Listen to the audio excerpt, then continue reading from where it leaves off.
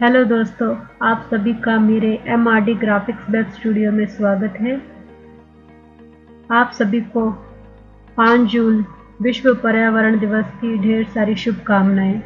हर साल 5 जून को विश्व पर्यावरण दिवस मनाया जाता है। हर बार विश्व पर्यावरण दिवस की थीम वायु प्रदूषण है। तो चलिए शुरू करते हैं। विश्व पर्यावरण दिवस के मौके पर पर्यावरण को बचाने के लिए कुछ जरूर कदम उठाते हैं और इन बातों का संकल्प लेते हैं ताकि हम और हमारी पीढ़ियां इस धरती पर शुद्ध हवा में सांस ले सकें। स्वच्छता बढ़ाएं। कचरा चाहे डीजल में हो या हमारे दिमाग में, ग्रीन हाउस गैसों का उत्सर्जन बढ़ाने में उसकी भूमिका सर्वाधिक है, किंतु स्वच्छता का मतलब शौचालय नहीं होता। शौचालय यानी शौच का घर, यानी शौच को एक जगह जमा करते जाना। गंदगी को जमा करने से कहीं स्वच्छता आती है? दरअसल स्वच्छता का मतलब होता है कचरे कबाड़ का उसके स्रोत से न्यूनतम दूरी पर न्यूनतम समय में सर्वश्रेष्ठ निष्पादन करना, कचरे कबाड़ का अधिकतम संभव पुनरुपयोग करना तथा ऐसी आदत बनाना ताकि कचरा कबाड़ उत्पन्न होने की मात्रा शून्य का आकार दिख जाए। अतः गंदगी ना फैलाएं, गंदगी को ढोकर ना ले जाएं, वह जहाँ है उसे वहीं निपटाएं, पुनः चक्रित कर पुनरुपयोग में लाएं, कचरे को उसके स्रोत पर निपटाएं। हवा के कारोबारी एक और कार्बन क्रेडिट की बात कर रहे हैं और दूसरी ओर कनाडा में हवा अब बोतलों में बंद करके खरीदी जा रही है। कुदरत ने हमें जो कुछ मुफ्त में दिया है, आगे चलकर वह सभी कुछ बाजार में खरीदा जाएगा, हमारे प्राण भी। क्या हम ये होने दें? सोचें कि क्या समाधान है। दुनिया के देशों में कार्बन की सामाजिक कीमत $43 प्रति टन का अनुमान लगाया जा सकता है। मुनाफा कमाने वाले औद्योगिक और वाणिज्यिक उपक्रमों से कार्बन टैक्स के रूप में इसकी वसूली की बात कही जाती है। पर्यावरण कर के रूप में भारत में भी इसकी वसूली शुरू हो चली है।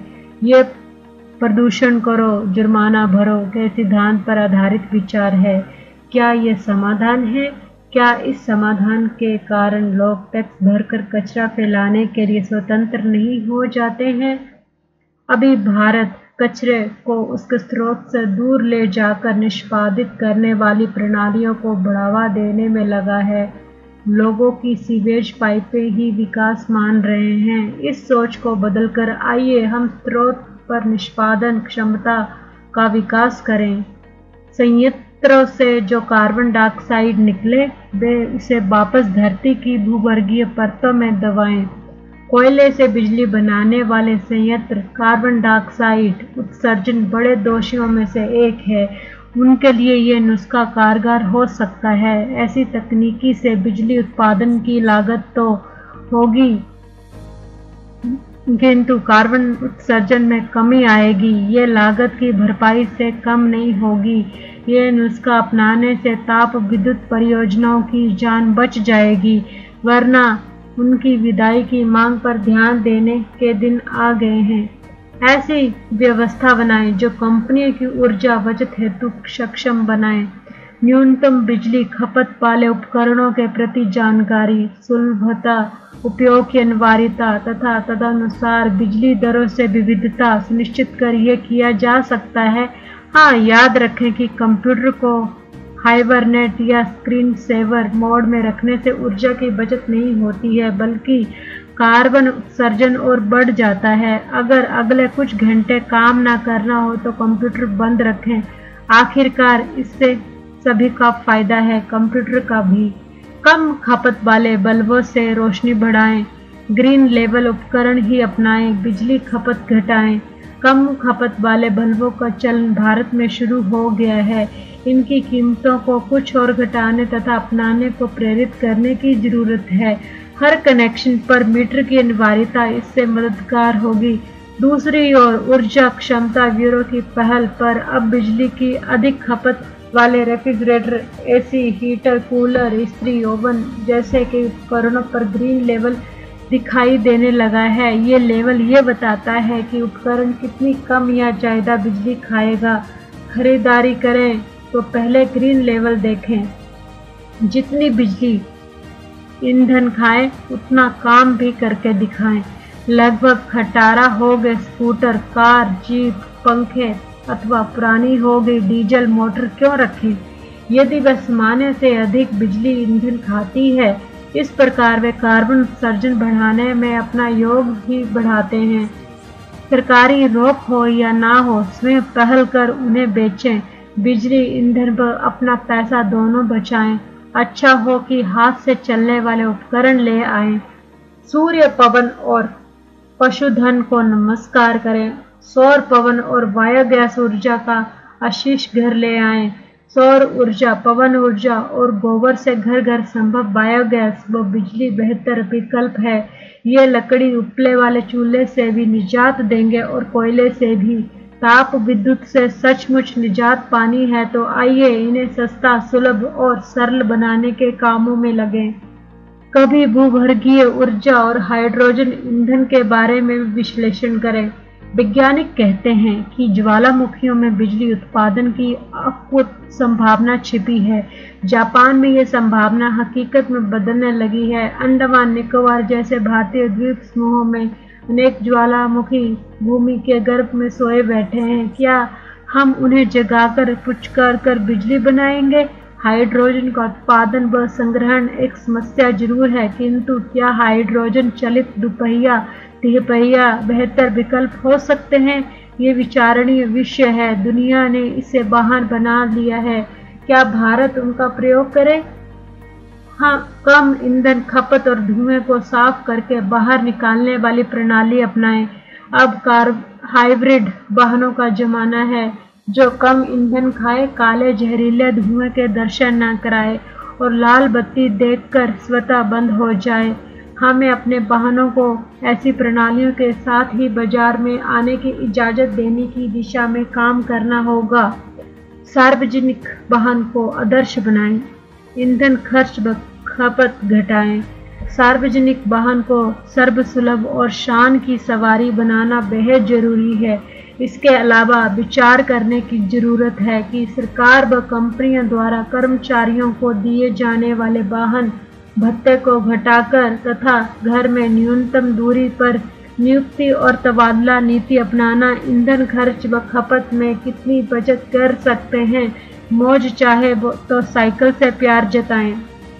ईंट, सीमेंट, इस्पात के पक्के ढांचे घटाएं। आपदा प्रबंधन बेहतर बनाएं। हरे ढांचे अपनाएं। ईंट, सीमेंट और इस्पात उत्पादन इकाइयों का औद्योगिक क्षेत्र में होने वाले कार्बन उत्सर्जन में काफ़ी बड़ा योगदान है। ईंट, सीमेंट और इस्पात निर्माण में प्रयुक्त होने वाले ईंधन का अधिकतम प्रयोग न कर पाने को दोष भी इन इकाइयों पर लगता है।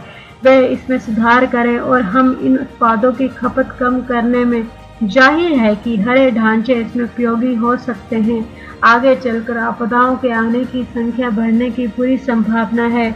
आपदा आने पर ढांचागत बर्बादी होती है और उसके पुनर्निर्माण में यही सब सामग्री खर्च होती है। बेहतर आपदा प्रबंधन से इस खर्च को रोका जा सकता है।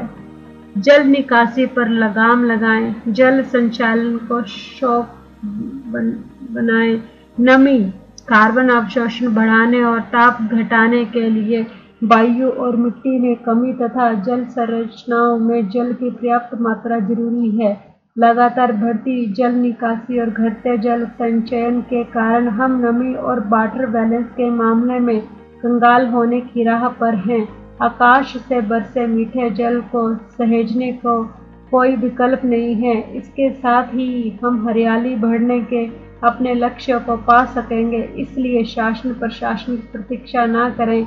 यह पृथ्वी पर जीवन बचाने का काम है। इसे स्वयं के लिए, स्वयं की संतानों के लिए, खेती, सेहत, अर्थव्यवस्था, रोजगार बचाने, पलायन रोकने तथा मेरी प्यारी मछली के लिए भी ये करें जरूर। छोटे नदी तालाबों का जलवा दिखाएं, नदी जोड़ व बड़ी जल परियोजनाओं से बाज आएं। नदियों का एक काम अपने मीठे जल ले जाकर समुद्र के खारे जल में मिला देना है, ताकि समुद्र का खारा पानी इतना न बढ़ने पाए कि समुद्र जीवन संकट में पड़ जाए अथवा समुद्र के किनारे रहने वालों का पेयजल नमकीन विष में भर जाए व खेती पूरी तरह उजड़ जाए। नदियों का जल समुद्र में जाकर उसके जलीय तापमान को भी नियंत्रित करता है। अंग्रेजी में इसे आप dilution is solution to pollution के नुस्खे का निर्वाह कह सकते हैं।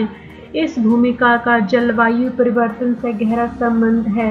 नदी जोड़ परियोजनाएं नदी की उक्त दो भूमिकाओं की राह में बाधा उत्पन्न करती है। ऐसे में जल पुरुष जितेंद्र सिंह का कथन स्वयं एक समाधान है।